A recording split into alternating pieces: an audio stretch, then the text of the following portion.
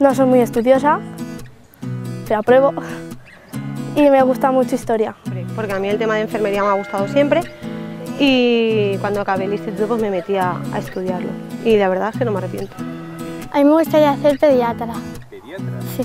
¿Por qué? Me gustan los niños y curar y eso. Y algunas de esas veces pinto paisajes, a veces pinto caras. Sí, me encanta la ermita porque mi abuela vivía al lado, al lado de mi falla, y siempre cuando voy con mis amigos de la falla siempre nos vamos a ir a jugar en la ermita. Los primeros días me costaba mucho levantarme para ir al gimnasio, pero luego lo haces las 2 o 3 primeras veces, ya te levantas con motivación.